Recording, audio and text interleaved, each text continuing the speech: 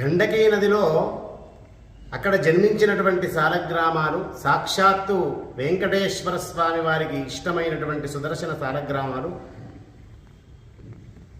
మీరు చూస్తున్నారు.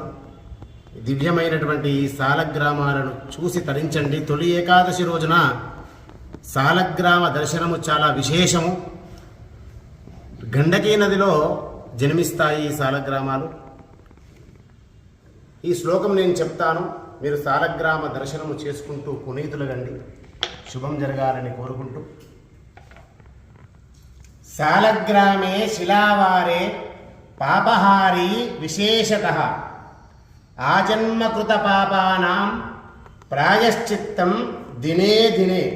ఈ భవ్యమైనటువంటి సుదర్శన సాలగ్రామాలను చూసి తొలి ఏకాదశి రోజు పునీతులుగండి, పుణ్యము సంపాదించుకోండి. శుభం శుభం. నమో వెంకటే.